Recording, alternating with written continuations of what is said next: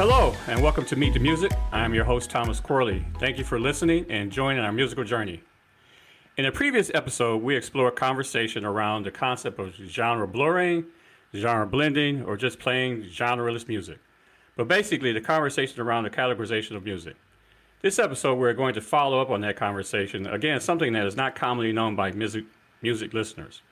Our guest today and I do not expect to present a solution to the music industry, but we do hope they will take note. Here's a fact. According to Vice magazine survey, 78% of young people said they couldn't be defined by the genre they listen to. Joining me for insight is Dr. Jack Hamilton. Dr. Hamilton is an associate professor of American Studies and Media Studies at the University of Virginia. He is the author of Just Around Midnight, Rock and Roll, and Erasure Imagination. He is a contributor to the Atlantic magazine. His latest article online, Spotify has made all music into background music for the Atlantic, is where I discovered his writing. The article will be our reference point in our conversation. Dr. Jack Hamilton, welcome to Meet the Music. Thanks so much for having me, Tom. I'm happy to be here. Yeah. So just to get a little background for ourselves here, what was the listening like in your household growing up? I mean, what was the music that was played in your early days? Yeah, it's interesting. My parents actually have very different musical tastes than I do. The house I grew up in, my mom is a really talented musician. She's like a classical pianist and a singer and stuff. So there was a lot of classical music that was played, but also a lot of Broadway show tunes. That was something my parents were into. So there wasn't a lot of popular music really, although my dad did have a handful of Beatles records, which were certainly something that I became drawn to at a very early age. And my mom had a bunch of Diana Ross and the Supremes records. So that was kind of my intro to popular music was those two things. Yeah, totally. Okay. And so that was, but yeah, honestly, my parents, I think part of my own musical taste was sort of finding a way to sort of, like a lot of kids do, I think, sort of differentiating myself from my parents. So, so I didn't really inherit a lot of my taste from my parents, but I would say I definitely inherited my love of music from my mom and dad. Yeah. So what was your middle school theme song? Yeah, that's a good question. So middle school for me was a really exciting time for music because, there was a lot of really good hip hop that was happening in the I was in middle school in the early 1990s, and that was also when grunge was hitting. So actually probably the song that I maybe most associate with middle school was "Scenario" by A Tribe Called Quest, which came out in when I was in 7th grade, I think. Okay. But there's a bunch of stuff. I mean, I remember being at a middle school dance when Smells Like Teen Spirit by Nirvana had just come out, and the DJ played it, and everyone went crazy at my middle school. And it was that was definitely one of those moments, where you're like, oh man, this is something big is happening. Right. So yeah, there's definitely, it was a good time to be a 12-year-old. Right. So fast forward to college. What was your taste then? Yeah, so I had kind of an interesting college experience because I actually dropped out of college for a couple of years and was a professional musician. I played piano and organ and keyboard instruments. Wow. So I was in a band and touring and recording full time for a couple of years that I would have been in college. But then I went back to college and finished. Yeah, and that was when college was when I first started getting into actually writing about music, and I sort of started getting interested in music journalism and stuff. So certainly a piece of music that was I really associate with college was The Strokes' first album, which came out in 2001, and that was when I'd gone back to college. And that was an album that was particularly as someone who was writing about music, just there was so much hype around it, and it was this really, it was a really big deal. I went to college in New York City too, which is where the Strokes were from. What a great town. Yeah, so it was really, so that was definitely something that I remember very, very vividly and certainly was an album I listened to a lot and stuff like that. Yeah. So I have to pause here because I apparently did not do my due diligence in my stalking you on the internet. this band thing. So can you go back to that for me? What Yeah, was the sure. name of the Yeah. band, and where did you guys? What kind of genre did you guys play? And just give us the whole background for that.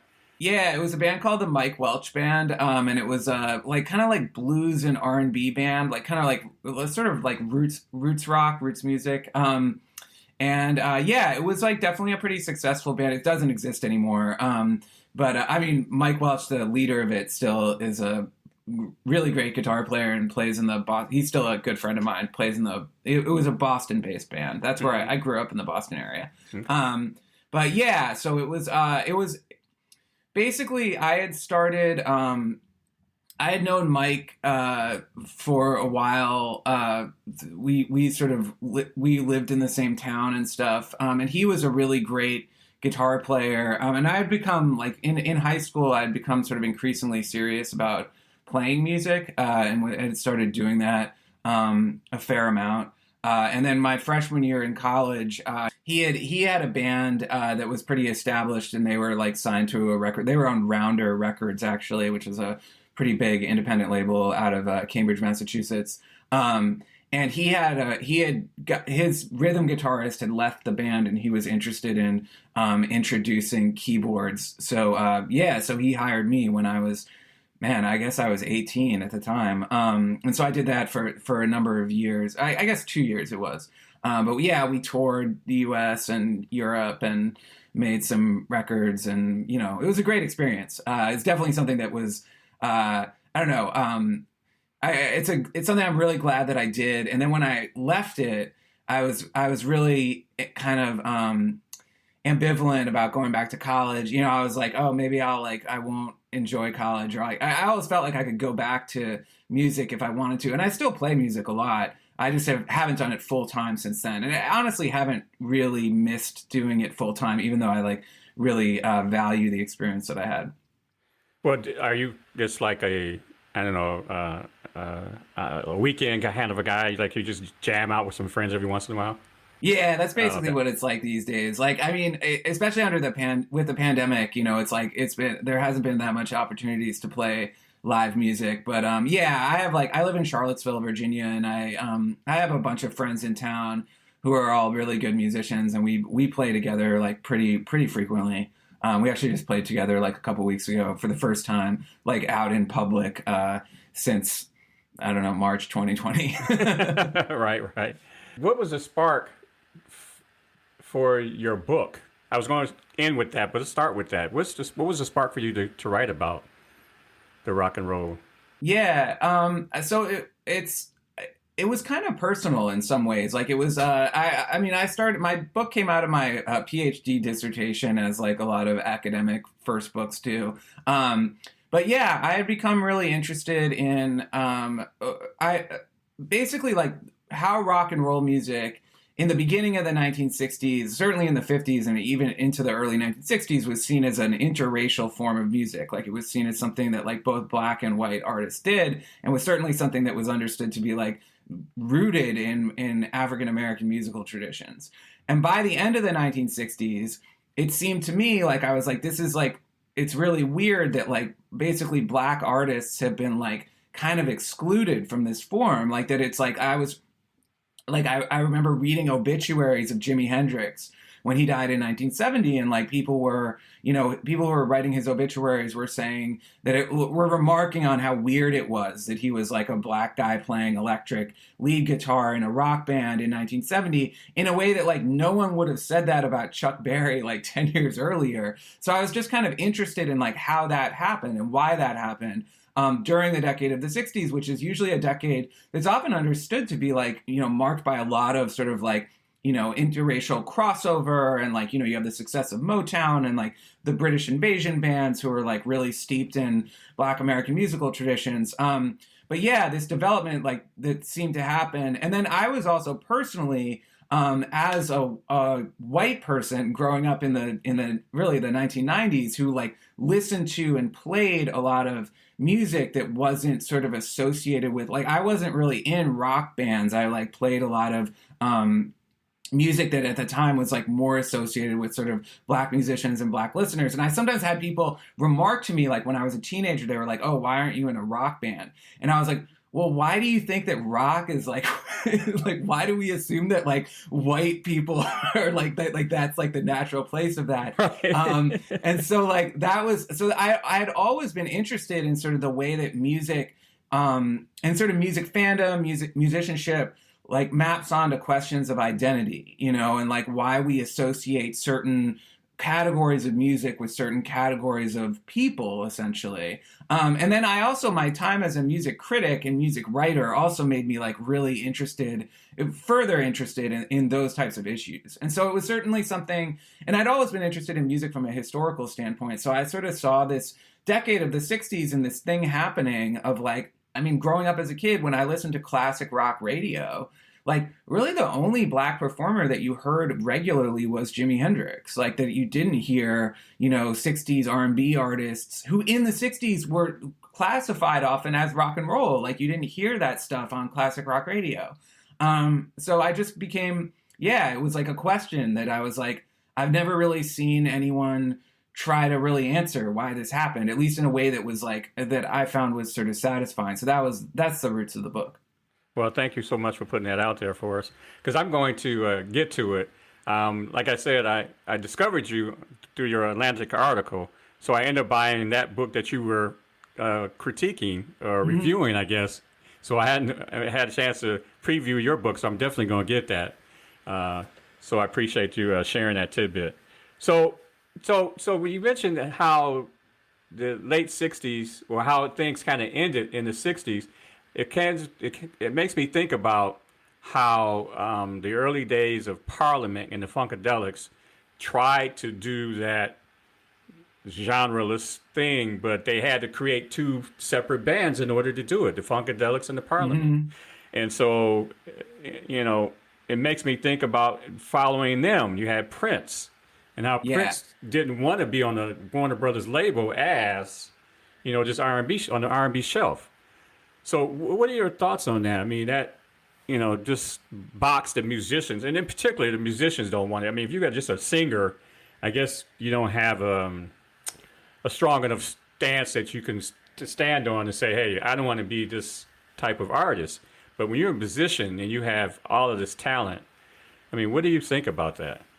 Yeah, no, it's a great question. And both like, you know, Parliament, Funkadelic, and then Prince, like slightly later, are like really interesting examples of this. And like, you know, P-Funk, like they, you know, obviously like great band, like incredibly talented people in it. Like it's like they really like had, I mean, they certainly were like commercially successful, but probably not as successful as they would have been if they, you know, if they'd been white. Like it's like, you know, this was something that like it was hard for their music to get played on rock radio in the 1970s because it was like, and it was hard for them to get played on R&B radio because they were sort of outside of, you know, you had like Eddie Hazel doing these like incredible kind of like Hendrix-like guitar solos, which just like weren't that common on R&B radio in the 70s. So like, and you know, that just their sensibility. And then Prince, absolutely, you know, as you mentioned, like when Prince signed to Warner Brothers, like he was very adamant about not wanting to be sort of pigeonholed as an R&B artist. You know, he was like, I want to be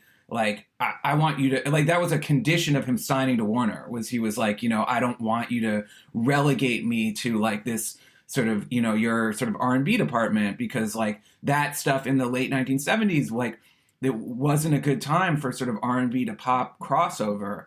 But yeah, I mean, it's really not till like 1984 when Purple Rain is really the album that like fully breaks Prince into, you know, just like superstardom. And so that had been a long time for him. You know, he had signed, I think his first album is 1978.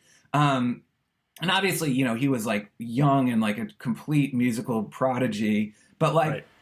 Yeah, in the early 1980s, it was really hard for Prince to get his material played on rock radio stations. In fact, like there's a really interesting moment where so 1999, the album before Purple Rain, had been like sort of the start of his real big commercial break. Like that had a bunch of top 10 singles on it. And I think in 1983, Prince had won a Rolling Stone magazine, which was sort of, you know, the probably the most prestigious kind of rock magazine in the country. He had won its critics poll as Artist of the Year. So obviously, like, the critics at Rolling Stone were really into Prince. In their readers poll, he wasn't even ranked on the artists list. Yeah, so it's like this real moment. And then I think the following year he actually won the readers poll because that was after Purple Rain. But Purple Rain had really, had gone a long way to sort of like establishing him with that sort of white rock audience. The lead single from Purple Rain is When Doves Cry, which opens with this like mind-blowing guitar riff, Right. So yeah, but it's like, yeah, he's such an interesting figure in all of this. And yeah, someone who it was like is a real testament to like how hard it had become by the 1980s for, a non-white rock musician to break through to a rock audience. And then fast forward now to your Lil Nas and Tyler, the Creator. I mean, these guys, they're, having trouble with the music industry, trying to break free of, when they walk into the room, a black person walks into the room, they automatically assume hip hop or R&B. They don't think about, country. They don't think about rock. They don't think about anything else. So, what is it that this whole categorizing of music? I mean, do you see a hole in it somewhere? I mean, I think, the internet may be the disruptor, just like for, Uber and Lyft were the kind of disruptor for taxi drivers, and Amazon is the disruptor for bookstores. I mean, what do you see the internet being the hole that these artists can slip through? Yeah, I think there's a lot to that. Like, I mean, so one of the reasons that like music genres were so powerful in the 20th century, at least, was that like, it was like it was a way that the industry was structured. So, you had like sections of record stores that you would go to, and like, you'd have like your R&B section, you'd have your, jazz section, so like there were these categories that were, and then you had labels that were devoted to those specific things too. So, you had like, like entire sort of like, recording companies that were devoted to recording kinds of music. And in the 21st century, where there's like, part of it is that the music industry has kind of collapsed, after, Napster and things like that, which is now like over 20 years ago, I guess. But like, but also the fact that artists can now put their music out, without really like, I mean, someone like Lil Nas X, who you just mentioned, like, I mean, Old Town Road, like, basically became a hit he wasn't signed to a record label or anything. Like, that became a hit through just sort of social media and, just kind of grassroots attention. So you don't have, like, the industry gatekeepers who are sort of invested in genre because genre was, like, an organizing principle of the industry. So in some ways, it's like, it's freer for artists because, like, you're not reliant on, I need to get signed by a major label and then like their A&R is going to develop me and they're going to push my music to certain markets. I mean, radio is another great example of something that was like obviously a massive commercial force in popular music in the 20th century. And I think in the 21st century, I mean, certainly people still listen to radio, but it's not as powerful as it was. When I was growing up, certainly, where it was like, you couldn't become a music star without radio play and for a long time, or at least it was very, very hard. It was, and whereas these days it's like, I think a lot of artists, it's like they're more, interested in having their stuff hit on YouTube or Twitter or, whatever, than they are like getting on sort of conventional radio stations. Yeah. On the contextual playlist side, I mean, now you go to YouTube and Spotify, as you mentioned in your article, you talked about music playlists where you were in the background, cooking or doing a workout or road trip. So what do you think about curated playlists?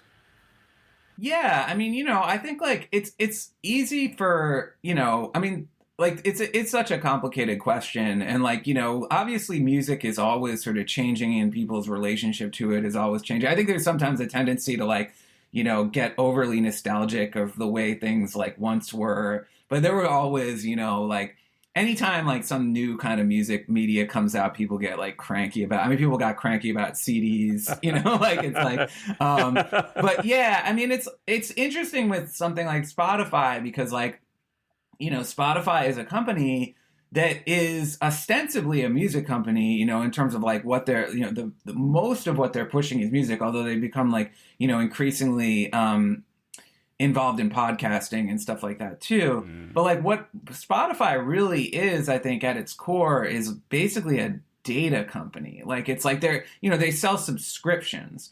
And they're as a data brokerage company, like that is like a huge amount of their value is like what they can. So Spotify is like, it's sort of interesting because like, yeah, back in the old days of the record industry, when the record industry was like as powerful as it, in the, 90s and stuff, like the record But industry. I have to interrupt you there. It's on the comeback though. Yeah, that's true. That's true. But like it's like when you were selling like actual physical product to people, when you were selling like records and CDs and 8 tracks or whatever, there was an investment in like the actual product that people were listening to.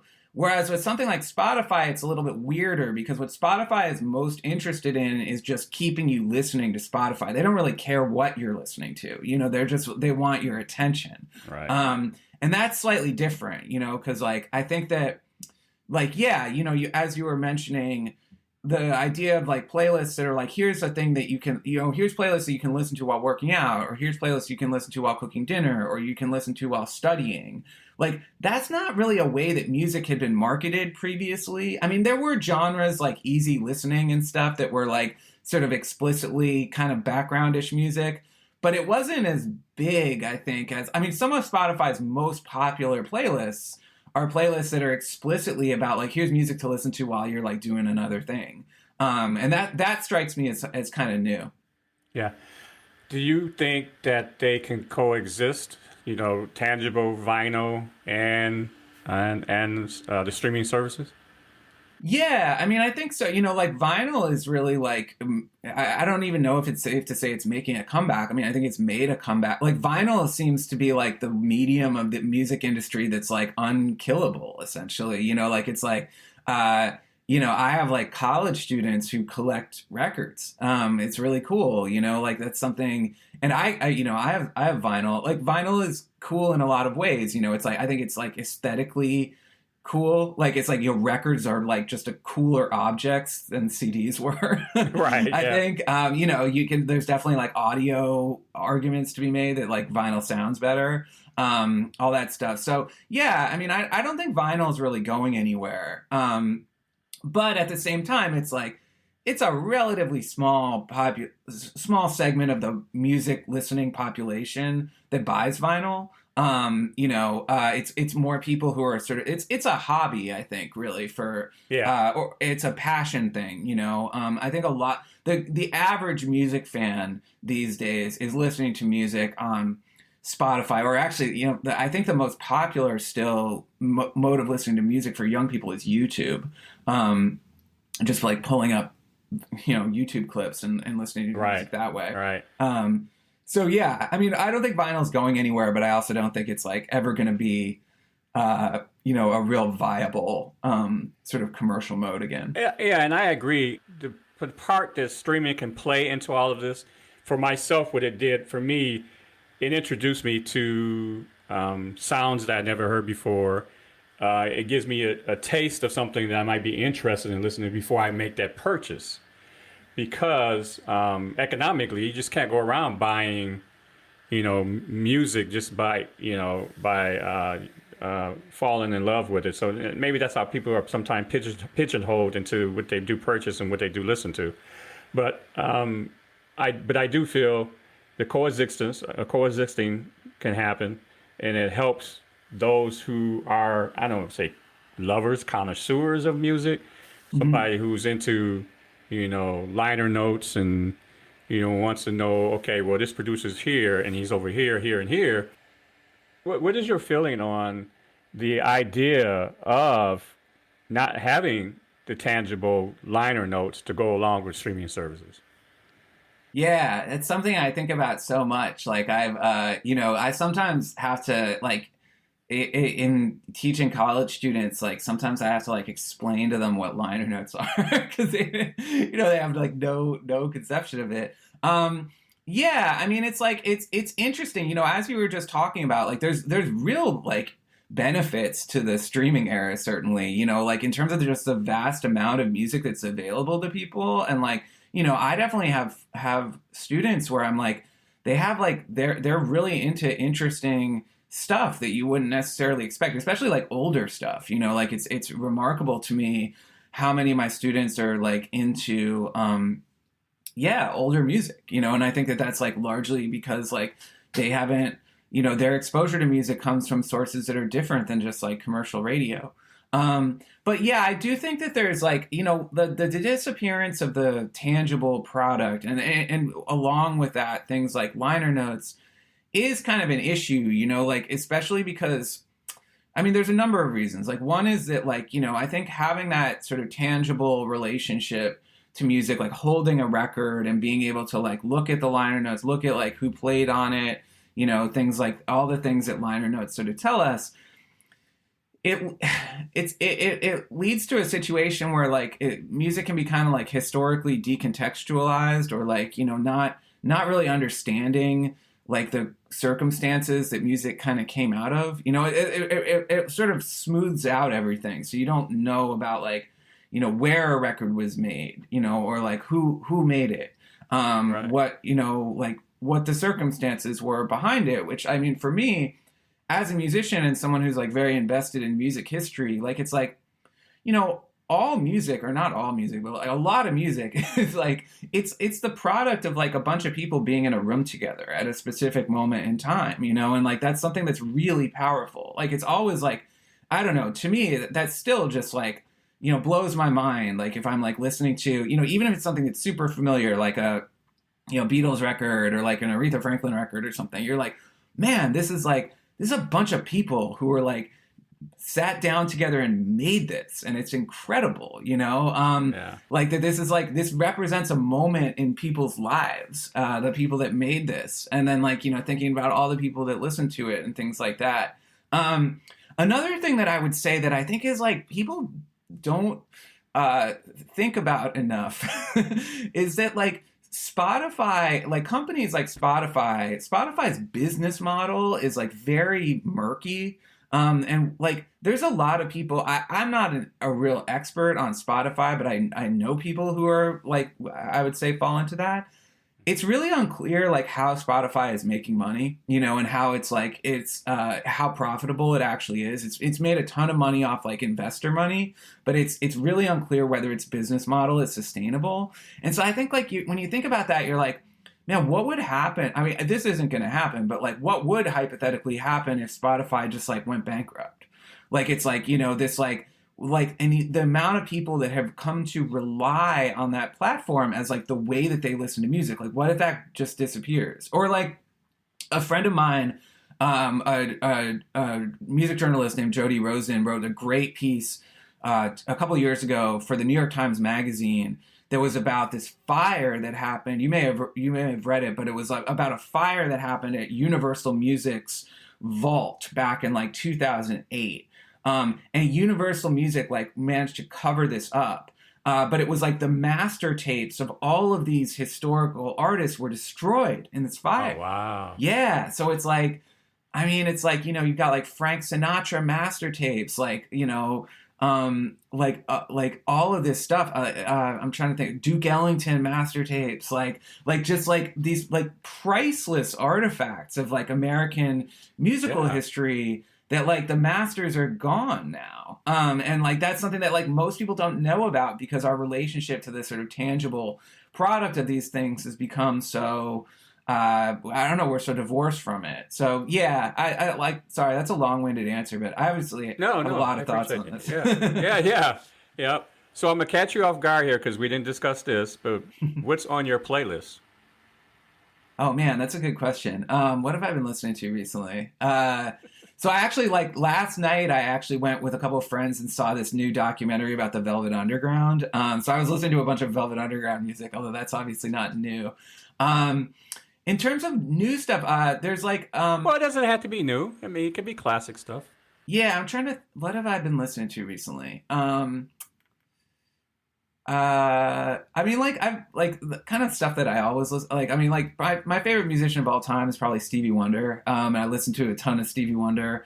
I actually I got married kind of recently, so I was like putting together a playlist for the like dance party at the wedding. So I was listening to a lot of, I don't know, that was a really fun experience. There's actually a band out of Baltimore called Turnstile, they started off as like a hardcore punk band, but they've become like just really, really interesting. I think they're making some of the most interesting music out there today.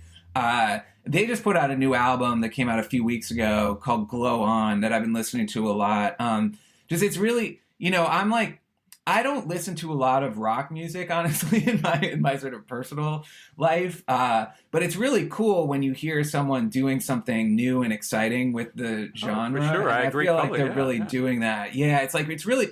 They remind me a little bit of like one of my favorite bands of all time, which is the Clash, and like the Clash, who really started out as kind of a real sort of dyed in the wool punk band. And then, as their career progressed, they just got more and more sort of diverse and eclectic in their musical interests. And it was like they'd sort of progress. And that's what it feels like is happening with this band Turnstile. Like they'd started off in this like very kind of like, their early music was real sort of like hardcore and punk. But like as they've become better musicians, you can tell that their influences have really expanded. It's kind of everything you want like musicians to demonstrate, it's just clear that they're listening to like lots and lots of cool and interesting stuff. Yeah, and that's the thing about these artists today. They are expressing themselves musically by touching or sampling or incorporating into their music these different genres. So it's safe to say that you're not monomusical. No, definitely not. I listen to lots of different things. Yeah. And the person you married is along with the ride. Yeah, totally. Yeah, okay. She's a huge music fan, music lover. Okay. So, yeah. All right. So the thing that I wanted to really capture in our conversation was this whole thing of genreless, blending and blurring. In your article, you touched on it. So can you tell the listeners, kind of what you were trying to do there? Yeah. So the book, the article is it's a review of a book, as you mentioned, by Kalefa Sane, who's a great music writer. He was a music critic for the New York Times for a number of years, and he now works for the New Yorker. But yeah, it's like him sort of. I mean, so I think there's become this sense, or it's become increasingly common for people to make the argument that like music genre doesn't matter that much, or doesn't matter the way that it used to. With things like streaming services, as we were just talking about with like Spotify, which doesn't seem as reliant on genre categories as like commercial radio once was, or like record stores once were, things like that. And he's kind of in his book making an argument that he's like genre should still matter, and that like people that particularly among music fans and like music audiences, that having sort of genre-based relations to music and sort of a knowledge of the history of genres is like cool and important. That this is something that like, because one of the things that like genres foster is like a pretty serious engagement with music, and like the way that you think about how music should sound, how genres should, how musicians working in certain genres should function, arguments about genre, like whether, to give like,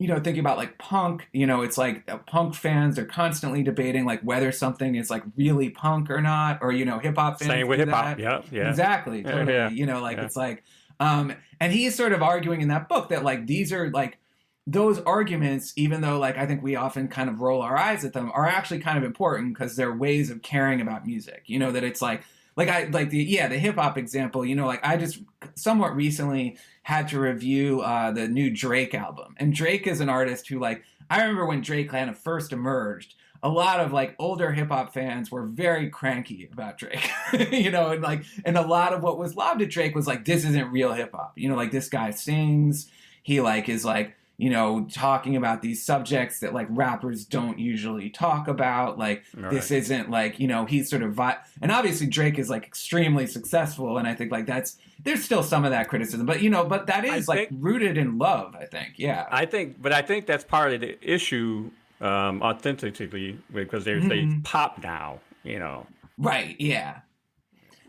Yeah. So, I mean, it's like, so I think that so the genreless thing, I think there's some truth to it, that I think genres don't matter in terms of the music industry to the extent that they once did. I think they still matter, certainly. And I think that, something you brought up, I think, earlier is that, like, genres are actually something that a lot of musicians themselves have never been particularly attached to. Like, that's something that, like, a lot of musicians, like, if you talk to them, they're like, and you ask them about genre, they're like, don't categorize me. They're like, I don't want to be beholden to, like, some musicians are the opposite, but like a lot of musicians are like, I don't want to be pigeonholed. Like, it's like, my music is like, it's its own thing. Like, I don't want to be like forced into these categories. But I think they are really important for listeners, or they at least they were.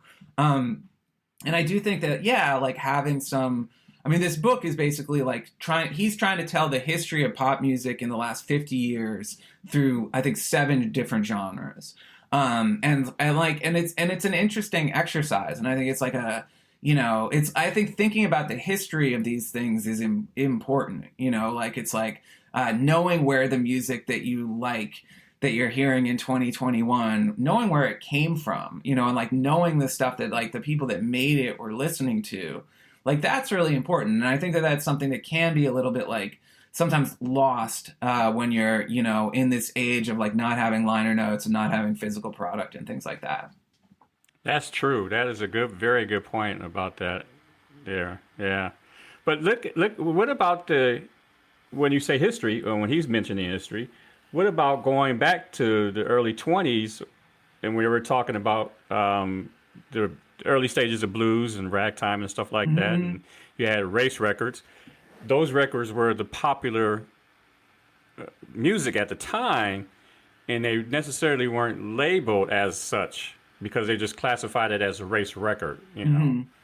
I guess I'm trying to wrap my head around the fact that nothing was categorized at that point. Yeah. Of course, again, it was the industry itself who did it, who started creating these pockets where you went from hillbilly music to country music, and you went from blues to a jazzy thing, and and then R&B and rock and roll. So what the earlier days, 50 years prior to his 50 years, there was nearly no labels.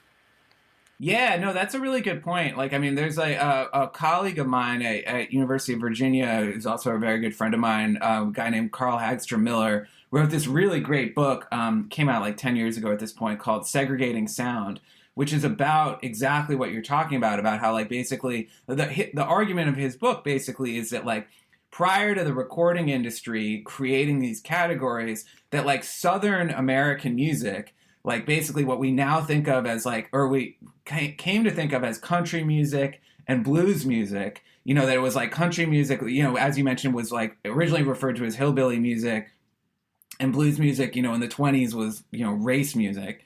Like these were, he argues, he's like, this was all the same tradition. Like that it's like these like black and white artists in the South in like prior to being sort of put into separate categories by the music industry to try to sell their records to specific audiences, were really like it was all the same musical tradition, and that there was a ton of overlap between country and what we came to think of as country and blues music. It was all the same thing, essentially. So yeah, definitely like, yeah, when you go back, like it's like all of these things are kind of imaginary, and especially in an instance like that, where you're like, oh, that's like literally just the record industry being racist, like that is just like them being like not, and this was always something that like, like race records. I mean, like the sort of open secret about race records in the 1920s was that like tons of white people were buying them. Like this was like something that's always been the case. Like these sort of, and certainly like lots of black listeners bought country records. This is like certainly something that's like, it's never been as like neat as those divisions would seem. It was basically just like a way for, it was market segmentation was what it was, like what wouldn't have been called that at the time, but that's exactly what it was them trying to sort of, the record industry trying to carve out markets so that they could, sell records to people. Yep. And Ray Charles is a perfect example of that because of his, I don't know, I forget, it was 62 or something. I don't know. He did a country modern album. sounds and country. Yeah, totally. Yeah. So he said, I'm playing what I listened to when I was growing up in my early days of performing. He even played with the, a country band, if you want to call it that. Yeah. But the thing is that, as you mentioned, kids buying records. My understanding that was kind of the same thing with Little Richard and the Pat Boone kind of a thing, where the parents were accepting of the Pat Boone version of a song, but Little Richard was the original, so kids were still tied to that. And that's the thing about music, I guess. The industry, would you say the industry is driven by youth? Yeah, definitely. I mean, like certainly since, I mean, probably always. Yeah, always, right? Like, yeah, but like, have to say, yeah. Yeah, I mean, and certainly since, I mean, this is something that I always like try to emphasize to people is that like, it's like when rock and roll as like a concept emerges in the 1950s, when that term first starts getting thrown around, it's not really describing like a specific musical thing. Like it's like the term rock and roll gets applied to so many different things. Like it's applied to doo-wop records, it's applied to like, country and rockabilly, it's obviously applied to R&B. What rock and roll as a term when it's first starting to be used is referring to is a phenomenon of teenagers buying records that like previously no one thought that teenagers would buy. Like it's like, and like usually sort of understood as white teenagers, although like that's not always the case, but it was like, yeah, like this idea, it's an acknowledgement, and this is certainly, has to do with certain like social factors of like, new, like the United States in the aftermath of the Second World War was like more affluent than it had been. Like teenagers have money that they can spend on things like records and jukeboxes and stuff like that. But like, yeah, I mean, it's really like rock and roll in the 50s is getting applied to like so many different things. It's basically just like, whoa, there's like these young people are listening to this music that like, had previously thought to, and whether that's like Ray Charles or Lloyd Price or, Buddy Holly or Carl Perkins or whatever, like these things that like, yeah, it was just like that people didn't really previously expect that young people would be buying records out of those categories. Elvis is like a great example that like, you listen to like very early Elvis recordings and it's like, it's very country influenced, and certainly like R&B influenced and gospel influenced as well. But like what really makes Elvis like Elvis is that like is teenagers. Like that it's like suddenly like they descend upon this guy, who's like who himself is like incredibly young when he, rises to prominence. And same with Little Richard, Chuck Berry. Chuck Berry was a little older, but like, Buddy Holly, all those early sort of rock and roll legends, like it's Jerry Lee Lewis. It's like they're all coming out of these like musical traditions that were like it's really interesting that suddenly teenagers like start gravitating towards this stuff. Yeah, and then historically, the writers behind Elvis and all those guys were black writers. Right, a lot of them. Yeah. So it's odd that not odd. It's just funny how in the 50s the teenagers did it, and then when hip hop came around.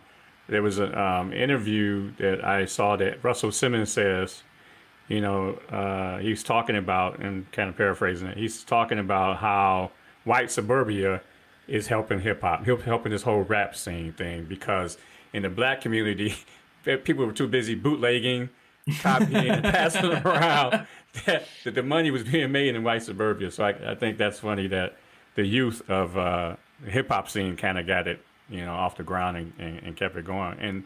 And being defiant, not being able to take that kind of stuff into the house or hiding it on your Walkman or whatever the case may be, or from your parents when you got your headphones on. They have no idea what you're listening to. Mm-hmm. So yeah, I think that whole thing is kind of interesting. That whole concept of how the youth, kind of takes us to the next stages of music. Yeah, absolutely. Yeah, no, and you're totally right that like, in the 80s, it's like hip hop really does start to kind of supplant rock, I think, as the music of like sort of teenage rebellion, like it's like, I think that that's something, and it's interesting too, like, thinking about like sort of early hip hop groups that were really successful on sort of radio, like Run DMC, for instance, like it's like had a lot of, they had guitars on their records some of the time. And like, it's very, their collaboration with Aerosmith, with Walk This Way, was like, kind of broke them onto MTV and stuff. So yeah. It's definitely an interesting parallel. Public Enemy collaborated with somebody. I can't remember who it was. Yeah, Anthrax. Yeah, I remember that. Yeah, totally. Yeah, yeah. So, yeah. And they were both into each other musically. So Yeah, and Chuck D from Public Enemy, like I think his favorite band is The Clash. Like he was really into punk rock as a young person, and like so yeah. I mean, it's just like I don't know, like the best musicians. It's like it's so eclectic what they're to be a great musician, you have to listen really widely. Like and it's like and I think that that's something that sometimes gets overlooked. Is that like a lot of times people's favorite musicians are like listening to a lot of stuff that like they probably wouldn't expect, so that's, I think, something. So Dr. Hamilton, what do you have coming up? Anything in the hopper? Let me back up for a second. Where do you write your music reviews? What paper or magazine? Most of the writing I do is for Slate magazine, which is like an online, it's been around for a long time. I've been writing there regularly since like 2013, I think. So pretty long time at this point. But yeah, so like the majority of writing I do is for Slate. But then, I do write for The Atlantic periodically, and other places. But yeah, it's like, that's definitely, that's Slate's probably the best place to find my work. I'm trying to think of the last thing that I guess it was the last music related thing I wrote for them was, the review of the Drake album, which I guess was a few weeks ago at this point. Okay. But yeah, I definitely, I sometimes write like reviews of music movies and stuff too, or books about music. I do a lot of sort of music related things there. Oh, are you a soundtrack kind of guy? Yeah, I mean like, not, I guess like, I don't know. Yeah, because the reason like, I'm asking, because I might want to have you come back on the show, and if you feel comfortable enough talking about soundtracks and show tunes.